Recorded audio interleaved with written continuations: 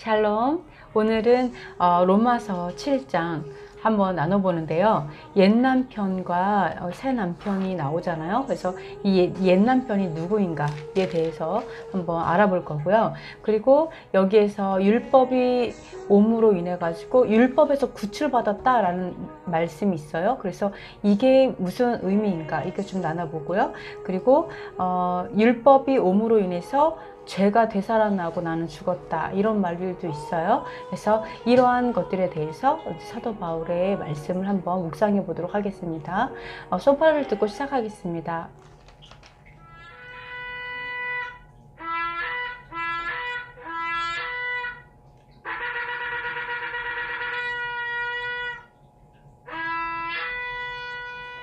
네, 감사합니다. 예, 역시 소파르입니다. 예, 하나님의 나팔 소리는 너무 우리의 영혼을 울리는 것 같습니다. 우선 로마서 7장 말씀을 보는데요. 7장 1절 읽어주세요. 형제들아, 내가 법 아는 자들에게 말하노니 너희는 그 법이 사람이 살 동안만 그를 주관하는 줄 알지 못하느냐. 네, 법 아는 자에게 말한다. 즉 뭐예요? 그 내용은 2절에 써 있습니다. 2절 읽어주세요.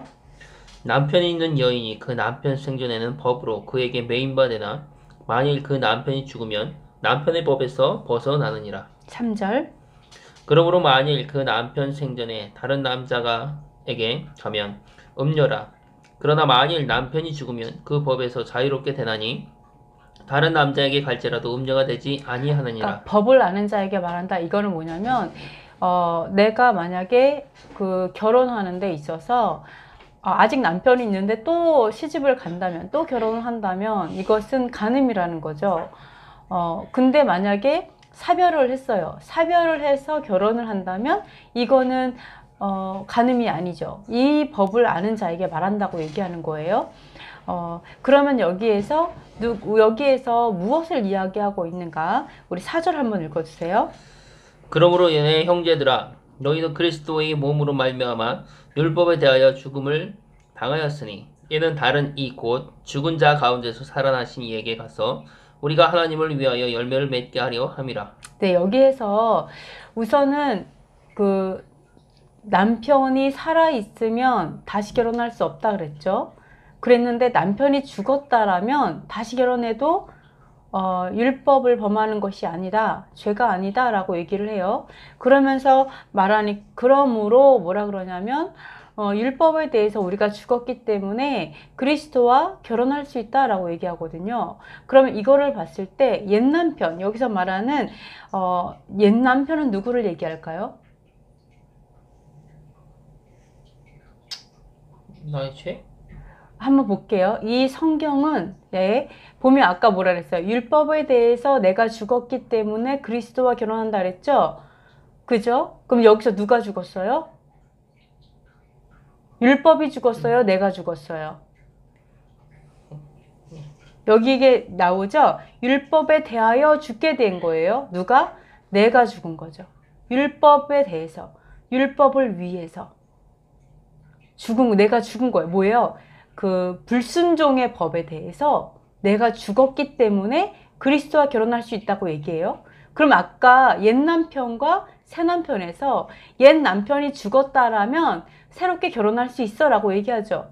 그럼 여기서 죽음의 주체는 누구예요? 사실은 나 자신을 얘기하고 있거든요. 여기서 여러분 정말 헷갈리지 않아야 돼요. 나는 살아있고 다른 게 죽는다 보니까 어떤 사람은 이게 뭐 여호와가 죽었다, 또는 율법이 죽었다, 막 이제 또는 뭐 이렇게 해석이 되는 경우가 있어요. 그러나 죽는 주체는 나 자신이에요. 왜냐하면 말씀을 드려볼게요. 우리 뭐라 그래요? 내가 죄를 지으면 누구를 섬기는 거라고요? 죄를 섬기는 이라. 그래서 누구의 종이 되죠?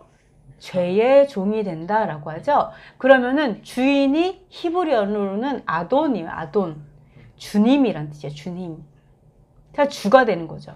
내가 죄를 섬기게 되면 죄가 주가 돼요. 주. 내 왕자에 죄가 앉아 있어요. 그래서 내가 죄를 섬기는 거예요. 결국 마귀를 섬기는 거죠. 네, 그러니까 주라는 뜻은 뭐예요? 주인이란 뜻. 주인. 그렇지. 아내의 주인은 누구예요? 남편이에요. 아내의 주인은 남편이다. 그래서 사라가 아브라함에게 뭐라 그랬어요? 아도니, 나의 주님 이렇게 불렀죠? 네, 나의 주님 이렇게 불렀어요. 이것처럼 그러니까 뭐냐면은 내가 어떻게 보면 따르는 것, 내가 순종하는 것, 이것이 주인이 되고 남편이 돼요. 그러면 내가 죄를 섬겼어요. 그럼 그 남편이 죽었다는 건 뭐예요? 나의 죄성이 죽는다면 그걸 얘기하고 있는 거예요. 나의 죄성, 우리 저번에도 말씀드렸죠? 죄성이 있고요. 그리고 내가 있어요. 나에게는 선과 악이 있죠. 근데 이 악한 죄성이 죽어버리면 나의 선한 것을 가지고 하나님을 섬긴다고 했잖아요. 그러니까 내가 십자가에 죽는 것은 나의 선한 면이 죽는 거예요? 죄성이 죽는 거예요? 죄성이 죽어버리는 거죠. 그죠? 죽는 거죠. 그래서 여기서 얘기하는 게 뭐냐면 내가 죄인인데 내가 죄투성이에요. 회개하지 않았어요. 아직도 마귀를 섬겨요. 죄를 짓고 있는데 그리스도와 연합할 수 있어요? 없죠. 없어요. 그걸 가지고 뭐라요? 간음이라 하는 거예요. 간음. 그래서 하나님께서 너희가 간음하는 여인이다. 이렇게 계속 책망한 거예요. 왜? 여호와를 섬긴다고 하면서 다른 신들도 막 섬기고 그렇게 부정한 여인처럼 하니까. 그 얘기를 하신 거예요.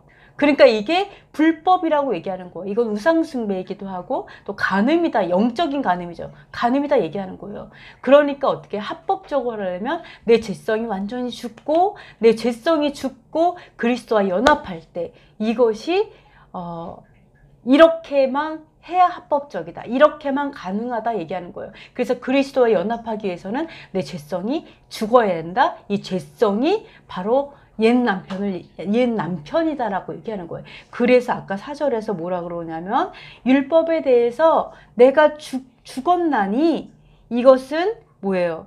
바로 죽음 가운데 부활하신 그리스도와 연합하기 위함이다. 아멘. 무슨 말씀인지 아시겠죠? 네, 여기서 죽어야 되는 모든 주체는 다 나 자신이에요. 나의 죄성. 성경에서 말하는 죽어야 된다, 이 모든 것은 다 나의 죄성이다. 옛 남편은 내가 섬기던 죄다. 뭔지 아시겠죠? 죄성이다. 이렇게 생각하시면 돼요. 네. 다른 분들도 다 이렇게 해석을 하나요? 그렇게 해석하시는 분도 있고 아까 말한 것처럼 뭐 진짜 율법이나 막 여호와 하나님 죽었다 막 이렇게 얘기하시는 분도 있는데 절대 그런 건 아니죠. 그러니까 절대 그럴 수 없어요. 근데 여기서 성경의 모든 본질은 다 내가 죽어야 한다. 나의 죄성이 죽고 그리스도로 살아야 한다. 이게 다예요. 그래서 여러분 뭐라 그래요? 우리는 신부예요. 예수아가 내 안에 있어서 하나 되는 것이 복음이죠. 이것이 복음이잖아요. 이게 바로 남편과 나인 거예요. 남편과 나. 근데 어떤 남편이 죽어요? 내가 섬기던 마귀, 죄성이 죽어버리고 새 남편은 그리스도가 내 남편이 되어서 그리스도의 종으로 사는 거죠. 그걸 얘기하는 거예요. 예, 마귀가 죽는다는 건 뭐예요? 나의 죄성이 죽어버리니까 필요가 없어지는 거죠. 나의 죄성이에요. 그것을 통해서 어둠이 들어와서 그러니까 주인 노릇을 한 거죠. 네, 그죠? 그래서 이렇게 이해를 하실 수가 있습니다. 그죠? 다 이해가 되시죠? 이렇게 푸는 건 처음 듣는 것 같아요. 네, 그러면 또 5절 한번 읽어주세요. 우리가 육신에 있을 때에는 율법으로 말미암는 죄의 정욕이 우리 지체 중에 역사하여 우리로 사망을 위하여 열매를 맺게 하였더니 네, 6절. 이제는 우리가 얽매였던 것에 대하여 죽었으므로 율법에서 벗어났으니 그러므로 우리가 영의 새로운 것으로 섬길 것이요 율법 조문에 묵은 것으로 아니할지니라. 네, 이렇게 여기서 뭐냐면 우리가 여기서 그 얘기하죠. 5절에서 우리가 육신 안에 있을 때는 이건 뭐예요? 그 영의 사람이 아니라 육의 사람이었을 때는 이 얘기를 하는 거예요. 죄성으로 살아갔을 때, 육의 사람으로 살아갔을 때는 율법으로 말미암은 죄의 활동, 그러니까 율법 때문에 제가 율법으로 말미암는 죄의 활동이 열매를 맺었다는 거예요. 이게 이제 율법 때문에 내가 죄를 졌다는 얘기가 아니라 뭐예요? 죄는 율법을 범하는 거죠. 그렇죠. 그러니까 율법이 존재하고 있으니까 이 죄가 그러니까 죄들의 활동이, 그러니까 죄는 율법을 기준으로 삼아요. 이것만 봐도 알아요. 율법으로 말미암는 죄의 활동. 죄는 뭐라고요? 율법을 통해서 검증돼요. 그게 죄예요. 하나님 앞에. 그러니까 그런 죄 활동들이 열매를 맺는 거예요. 그러니까 이럴 수 있잖아요. 예를 들어서 거짓말하는 것은 죄입니다. 그죠? 왜죠? 거짓 증언하지 말라고 되어 있죠? 네. 근데 어떤 사람은 화이트 거짓말이라 뭐 선한 거짓말은 해도 된다고 이렇게 얘기하는. 그러니까 하나님의 관점과 이건 좋은 예인지는 모르겠으나 사람의 관점은 다를 수 있다. 그렇다면 뭐가 기준이에요? 율법, 말씀이 기준이다. 무조건 사람이 기준이 아니라. 이게 신본주의죠. 예, 그러니까 이 죄의 활동은 뭐예요? 율법으로 말미암는 죄인 거예요. 그러니까 율법으로 비춰봤을 때 죄라고 간주되어 있는 그것들이 열매를 맺는다. 우리가 육신 안에 있을 때는 무슨 말씀인지 알죠? 네. 그러면서 근데 여기서 뭐라냐면 우리가 붙들고 있던 것들 뭐예요? 죄죠, 죄. 죄 붙들고 있던 것들에 대해서 우리가 죽은 거예요. 지금 뭐예요? 죄성이 죽어버린 거죠. 내가 막 난 이게 너무 좋아. 예를 들어서 내가 도박이 너무 좋은데 갑자기 나의 그런 죄성이 하고 싶었던 그런 죄의 마음들이 그냥 딱 사라져 버렸어요. 그리고 죽었기 때문에 어떻게 돼요? 율법에서 건져내었다. 그러면 율법에서 건져내었다는 말이 무엇일 것 같아요? 자유. 네, 자유? 그럼 율법에서 율법으로부터 구원받았다. 뭐 이렇게 느껴져요. 제 성경으로는 율법에서 구출되었다. 뭐 이렇게도 써 있거든요. 그러면은 구원이라는 게 율법으로부터 구원을 얘기하는 걸까요? 이건 어떤 율법을 얘기하는 걸까요? 율법은 사실은 두 가지예요. 두 가지. 한번 볼까요? 왜 두 가지인지 한번 볼게요. 한번 봅니다. 네. 25절 한번 읽어줘 보세요. 우리 주 예수 그리스도로 말미암아 하나님께 감사하리로다. 그런즉 내 자신이 마음으로는 하나님의 법을, 육신으로는 죄의 법을 섬기노라. 봐요. 법은 두 가지예요. 율법이 두 가지예요. 뭐예요? 순종의 법, 불순종의 법. 즉 하나님의 법, 그 다음에 죄의 법. 두 가지가 활동합니다. 순종의 법, 불순종의 법. 즉 여기서 말하는 죄성이 죽었기 때문에 율법으로부터 구출받았다. 이게 뭐예요? 바로 사망의 법, 죄의 법에서 구출받았다는 얘기를 하는 거예요. 하나님의 법에서 구출받았다는 얘기가 아니라 바로 죄로 인해서 오는 저주의 법, 사망의 법 있죠? 불순종하게 되면 따라오는 거. 거기서 구출받았다는 얘기를 하는 거예요. 하나님의 법은 우리에게 언약이 되죠. 왜요? 온갖 축복이 다 들어있잖아요. 거기서 구출받으면 돼요? 안 돼요? 안 되죠. 거기서 구출받으면 절대 안 돼요. 그죠? 그러니까 이거는 당연한 거예요. 근데 여기서 말하는 구출은 뭐냐면 죄의 법에서 구출받았다. 그 얘기를 한다. 이거를 잘 이해를 하셔야 됩니다. 그러면서 뭐라 그래요? 그렇기 때문에 뒷얘기 뭐예요? 영의 새로운 것으로 섬기고 글자의 낡은 것 안에서 섬기는 게 아니다 라고 얘기하죠. 즉 섬긴다라는 거 뭐예요? 바로 섬기다. 율법을 영으로 섬겨야지 글자로 섬기는 게 아니다. 그러니까 율법으로 구출받았는데 영으로 율법을 섬겨 말이 안 되죠. 그게 뭐예요? 죄의 율법에서 구출받았기 때문에 이제는 영으로 그리스도의 그 영, 그리스도께서 나와 연합되었죠. 내가 영의 사람이 되었죠. 그 영의 사람으로서 섬기는 거예요. 왜 이게 율법이 영이냐? 제가 하나 더 말씀드릴게요. 14절 읽어줘 보세요. 14절. 우리가 율법은 신령한 줄 알거니와 나는 육신에 속하여 제 아래에 팔렸도다. 신령하다 이게 뭐예요? 영적이라는 뜻이에요. 신령하다. 신실하고 영적이다. 뭐 이런 뜻일 것 같아요. 제 성경으로는 율법은 영적이나 네, 육신적으로는 죄 안에 팔렸도다 이렇게 써 있어요. 그러니까 율법은 영적인 거예요.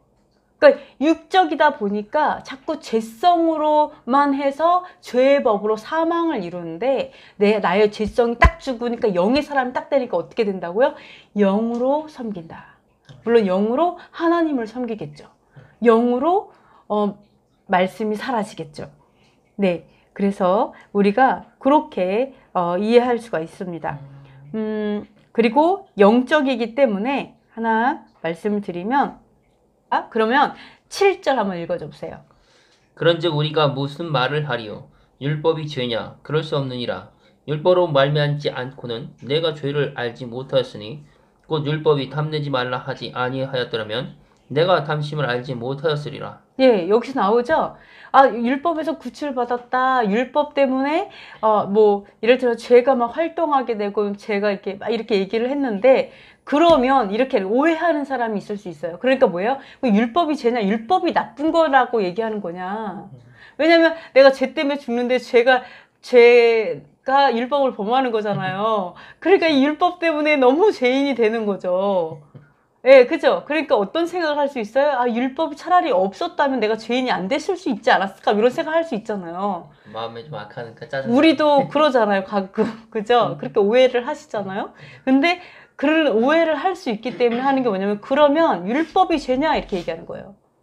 죄성 때문에 우리가 죽는 건데, 마치 율법 때문에 죽는 것처럼 우리가 오해할 수 있기 때문에 얘기하는 거예요. 그러면 율법이 죄냐? 결코 그럴 수 없다라고 얘기하죠. 결코 그럴 수 없느니라. 오히려 율법 때문에 죄를 깨닫게 되는 거다 이렇게 얘기해요.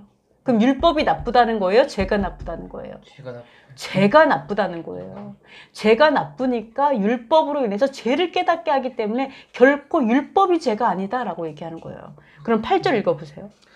그러나 제가 기회를 타서 계명으로 말미암아 내 속에서 온갖 탐심을 이루었나니 이는 율법이 없으면 죄가 죽은 것임이라. 네, 여기서 보면은 여기서도 율법이 없으면 죄가 죽었다. 그러면은 어떤 생각이 들어요? 율법이 차라리 없었더라면 죄도 없었을 텐데 막 이런 생각이 들 수 있겠죠. 그죠? 그렇죠. 근데 여기서 놀라운 진리가 숨어져 있어요. 어떤 진리예요? 율법을 범하는 게 죄구나. 이거를 검증할 수 있어요. 그죠? 율법이 없다면 제가 죽었을 텐데 이것만 봐도 율법을 범하는 것이 죄다. 요한일서 3장에도 율법을 범하는 것이 죄다라고 써 있죠. 불법하는 것이 죄다 이렇게 번역되어 있기도 하고요. 그런데 여기에서는 로마서에서는 굉장히 많은 부분에서 율법은 죄를 알게 해준다. 율법이 죄냐? 그렇지 않다. 오히려 율법이 없었다면 죄도 없었을 텐데 그게 뭐예요? 바로 율법은 죄, 율법을 범하는 건 죄. 이게 정확하게 사도 바울이 말하고 있는 거예요. 그죠? 그거에 대해서 계속해서 논리적으로 말씀을 하고 있는 거죠. 근데 우리의 문제가 뭐냐? 명령을 통해서 죄가 기회를 타갖고 들어왔고 죄를 짓게 한다. 이게 무슨 말일 것 같아요? 우리의 죄성이 발동을 하는 거죠. 어떻게든 죄를 짓고 싶은 거니까. 그러니까 내가 항상 하던 일을 했는데 그게 율법으로 봤을 땐 죄잖아. 그게 짜증나는 거지. 내가 늘 항상 하던 일인데. 그렇죠. 이건 이제 선악과를 먹은 인간임으로 인해서 하나님을 불순종하는. 그러니까 율법이 나한테는 족쇄가 되고 그러는 거지. 보면은 율법의 명령을 통해서 기회를 타고 온다. 딱 이러면은 뭐가 딱 떠오르냐면 하나님께서 예를 들어서 어떻게 예배하고 어떻게 주님께 성전 예배를 하는 것인지 제사장에 뭐 이런 거 여러 가지를 하나님께 명령했는데 사람들이 어떻게 했어요? 그 명령을 지키지만 어떻게 해요? 자기가 죄 짓고 싶은 거 다 짓고 그 다음 가갖고 희생제사 드리고 하나님께 헌물 드리고 이랬을 때 하나님이 뭐라 그랬죠? 내가 너희의 헌물을 받지 않겠다. 가증하다. 이렇게 얘기하잖아요. 그러니까 명령을 지키는 것 같지만 그리고 그 명령 안에서 죄를 졌으면 희생제사 드려라. 이게 다 되어 있어요. 그러나 진정한 회개가 없이 그냥 명령만 행하는 거죠. 그러니까 그거를 통해서 어떻게 보면 그냥 내가 맘대로 나의 죄를 다지면서 회개하는 이런 어떻게 보면 아주 간사한 교활한 그러한 것들이 우리의 죄성이라는 거죠. 어떻게 보면 법을 이용하는 거네, 그냥. 그렇죠. 법을 이용하는 거죠, 사실은. 그 법을 이용해서 나의 죄의 욕심을 이루는 거. 우리 이 시대도 마찬가지죠. 이 시대도 예수님을 믿으면 돼. 회개하면 다 돼. 뭐 이렇게 하다 보니까 회개에 대한 결과에 대한 두려움이 없죠. 그러니까 어때요? 내가 하고 싶은 거 다 한 다음에 그 다음에 회개하면 되지. 뭐 하나님 잘못했어요. 예수님이 잘못했어요. 이렇게 하면서 내가 죄 하고 싶은 모든 것을 하는데 그것은 복음이 아니다. 그죠? 그건 복음이 아니다. 내가 죽지 않았죠. 하나님, 그러니까 예수님, 예슈아를 내가 믿는다는 것으로 끝나는 게 아니죠. 우리의 삶이 거룩하고 정결하지 않는다면, 내가 죽지 않았다라면 부활할 수 없는 거죠. 그죠? 내가 죽어야 부활이 가능해요. 내가 죽는 거면 죄성이 죽어야 예수와 함께 부활할 수 있죠. 근데 내가 죄성이 죽지 않고 살아있다라면, 예, 그러네. 거짓말이죠. 거짓 복음이 되는 거죠. 내가 예수님을 믿는다고 하고 교회를 다니면서도 계속해서 죄를 지면은 내가 죽은 건 아니네. 내가 죽은 게 아니죠. 사실 죽을 필요를 못 느꼈죠. 회개만 하면 돼라고 생각하니까 그냥 쉽게 그냥 생각하니까 편하게 예, 예수께서 내 대신 죽었으니까 그걸로 끝. 내 대신 죽었지만 나도 죽어야죠. 그러니까 그걸로 끝. 그쵸. 나도 그치, 죽어야 돼. 거지. 내가 죽어야 된다는 건 뭐예요? 나의 죄성이 죽어야 한다. 반드시 그렇지. 죽어야 된다. 맞아. 반드시 죽어야 부활한다. 이것이 복음이죠. 아멘. 네, 그래서 피 흘리기까지 죄를 싸우는데 이것이 우리의 죄성이기 때문에 이렇게 기회를 타고 들어와서 내가 하고 싶은 거 다 한다는 거예요. 법을 이용해 가지고 하고 싶은 건 다 하고. 그러니까 율법이 없으면 제가 죽었다. 이 이야기가 바로 그렇고 역설하고 있죠. 바로 율법을 범하는 것이 죄이고. 그렇죠? 그 얘기를 하고 있는 거예요. 9절 읽어주세요. 전에 율법을 깨닫지 못했을 때에는 내가 살았더니 계명이 이름에 죄는 살아나고 나는 죽었도다. 네, 뭐라고 나와요? 율법이 없었을 때, 그때는 내가 살아 있었어요. 내가 죽을 필요가 없죠. 그죠? 내가 살아서 마음대로 하고 싶은 거 다 하고 살았는데 율법이 딱 오니까 어떻게 돼요? 죄가 드러난 거예요. 죄가 살아났다라는 건 죄가 드러나고 그 다음 어떻게 돼요? 사망을 이루는 거죠. 내가 죽었도다. 율법이 딱 오니까 죄가 드러나서 난 사망 이렇게 간다라는 거예요. 이 사도 바울이 참 어렵게 이렇게 써놨네. 사도 바울이 그 시대의 최고의 철학자들을 상대했기 때문에 우리가 이 수준이 높지 않으면 절대 이해가 안 됩니다. 네, 10절 읽어주세요. 생명에 이르게 할 그 계명이 내게 대하여 도리어 사망에 이르게 하는 것이 되었도다. 네, 이 그림 보면서 너무 안타까운 거예요. 아니, 율법이 오니까 죄가 드러나고 내가 죽게 생긴 거예요. 내가 사망에 이르게 된 거죠. 물론 아까 말하는 그 율법이 없었을 때 내가 살아있었다. 뭐 내가 영생한다 이 얘기 아니에요. 그죠? 내가 죽을 필요도 없고 그냥 어떻게 보면은 그냥 마음대로 살았다는 얘기예요, 사실은. 근데 명령이 오니까 죄가 오히려 살아나고 나는 사망에 이른다. 그거를 알게 되었죠. 그전에도 사망하죠. 근데 여기서 이러면서 한탄하는 게 뭐냐면 생명을 주려고 하나님께서 명령을 줬는데 오히려 사망하게 되는 거예요. 뭐 때문에? 인간이 너무 악해서. 하나님 때문이 아니에요, 절대로. 인간이 너무 이 죄인이어가지고 사망에 이르는 거야, 하나님께서. 그럼 그렇게 얘기할 수도 있겠다. 이놈의 율법 때문에 내가 죽는다. 그렇죠. 그렇게 생각할 수 있죠. 그러나 그러니까 예, 그렇죠. 그러나 그게 아니죠. 저번에도 우리 나눴던 것처럼 율법이 없으면 망한다 그랬죠. 율법이 없어도 망하고 있어도 그 율법에 따라 심판받고. 그러면은 어떻게 해야 된다? 율법에 따라 살아야 된다. 그럼 내가 죄성 때문에 못하면 어떻게 된다? 내 죄성이 죽어야 한다. 이렇게 되는 거죠. 그죠? 그래서 좁은 길입니다. 결코 만만하게 생각하지 않아야 될 것 같아요. 그러면서 11절 읽어주세요.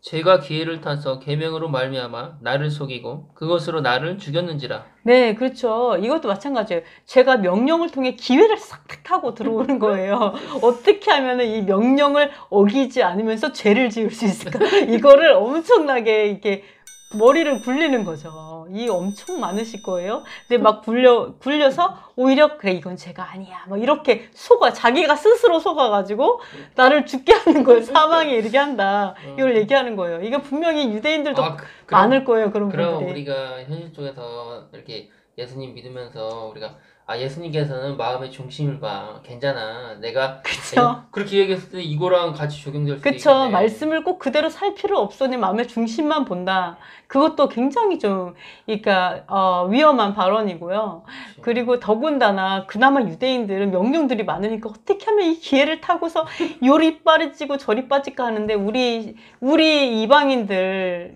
어떻게 돼요? 아예 없어요. 법이 거의 하나도 없어요. 그냥 믿으면 돼. 이렇게 가다 보니까, 그냥 맘 놓고 죄를 짓는 경우가 너무 많다. 이래서 안타깝습니다. 그래서 12절 결론. 이로보건대 율법은 거룩하고 계명도 거룩하고 의로우며 선하도다. 이 결론이 이러보건데 이러면서 결론은 율법도 거룩하고 명령도 거룩하고 의롭고 선하다. 이렇게 결론. 우리가 만약 거꾸로 이해하면 결론이 매치가 안 돼요. 아니 율법 때문에 내가 사망에 이렇게 됐나 봐. 너무 아 어렵다. 율법 때문에 내가 죽게 되고 율법 없어야 돼. 막 이런 생각을 다 했다면 사도 바울의 결론이 이해가 안 되는 거예요. 멘붕. 이게 무슨 결론이 이렇게 되지? 그렇지. 뭔지 아시겠죠? 그러니까 우리가 잘못 오해했다. 결국 사도 바울이 얘기한 건 뭐예요? 죄성이 나쁜 거다. 우리가 죄인이기 때문에 명령을 이리저리 빠져나가갖고 어떻게든 죄질라고 하는 이 죄성이 나쁜 거지. 율법은 거룩하고 선하고 의롭다. 계속해서 얘기하는 거예요.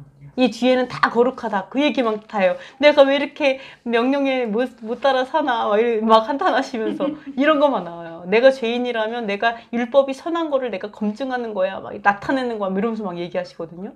그래서 이런 것들이 이 앞에를 오해하시면 안 된다. 그래서 죽는 것은 나의 죄성이다. 율법으로 인해서 죄가 드러나기 때문에 내가 반드시 나의 죄성은 죽어야 된다. 그리고 율법은 죄를 알려주기 때문에 생명을 주기 위해서 하나님께서 주신 것이다. 마치 율법이 사망을 이루는 것처럼 느껴지는 것은 내가 죄성이 살아있기 때문이고요. 그죠? 하나님께서 왜 주셨다고요, 명령을? 율법을 왜 주셨다고요? 생명을 이루게 하려고. 아시겠죠? 생명을 왜? 죄를 알아야 죄를 회개하고 죄와 싸울 거 아니에요. 그죠? 거룩하고 의로워야지 하나님의 나라에 가잖아요. 그죠? 그래서 이 말씀을 그렇게 하고 있습니다. 오늘은 그러면은 네. 남편이 그러면 결국에는 죄네. 그쵸, 죄성. 그죠? 죄성. 네, 죄성. 내가 섬기던 거. 아, 죄성. 그럼 난 남편이라고 해서 이게 율법인가 아니면 여호와인가 뭐 항상 그렇게 오해를 하고 그랬는데 계속 듣고 마지막에 결론 진 부분이 그 율법 거룩하고 계명도 거룩하다, 의로우다, 선하다 이렇게 이야기하는 부분으로 마감을 네. 짓게 되니까 그쵸. 남편이 죄였구나. 그쵸. 옛 남편이 죽었는데 율법이라고 한다면 옛 남편이 거룩하고 선하고 의롭다 이렇게 하면은 의로운 사람 완전히 이제 논리에서 완전 벗어나는 거죠. 이게 말이 전혀 안 되죠. 여호와가 죽었다 그러면 그건 더 말이 안 되는 여호와가 죽는다라는 거는 스스로 계신 분을 죽일 수 있는 분이 계신가요? 그렇지, 맞아. 절대 스스로 계신 그 분은 죽으실 수 없으시죠. 그리고 여호와 하나님께서 죽었고 그는 예수와 결혼했다. 뭐 이렇게 말하는 것도 말이 안 되죠. 왜요? 여호와가 죽어야 돼요? 내가 죽어야 돼요? 내가 죽어야지. 내가 죽어야죠. 내가 죽어야 됩니다. 예수와께서 죽었다 해도 내가 예수와로 인해서 내가 죽는 거예요. 그렇죠? 예수와 함께 내가 죽고 예수와 함께 내가 부활하는 거잖아요. 아, 그럼 전 남편은 여호와라고 하는 사람이 있겠네. 그래서 절대 그렇게 오해하지 않으셨으면 좋겠습니다. 여기서 말하는 것은 다 죄. 그래서 율법이 죄냐? 결코 그렇지 않다. 계속 그러잖아요.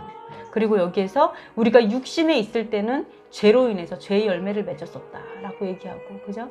그래서 우리가 아까 4절에서 본 것처럼 율법에 대해서 죽게 되었기 때문에 누가 죽었다고요? 내가 죄성이 죽었기 때문에 이제는 부활하신 그리스도와 연합할 수 있다. 아멘. 그래서 죽은 주체는 바로 나 자신의 나의 죄성이다. 이렇게 이해를 하시면 전혀 말씀과 그러니까 부딪히는 것이 없이 부드럽게 이해가 될 거라고 봅니다. 네, 오늘은 여기까지 하도록 하겠습니다. 레이트라웃.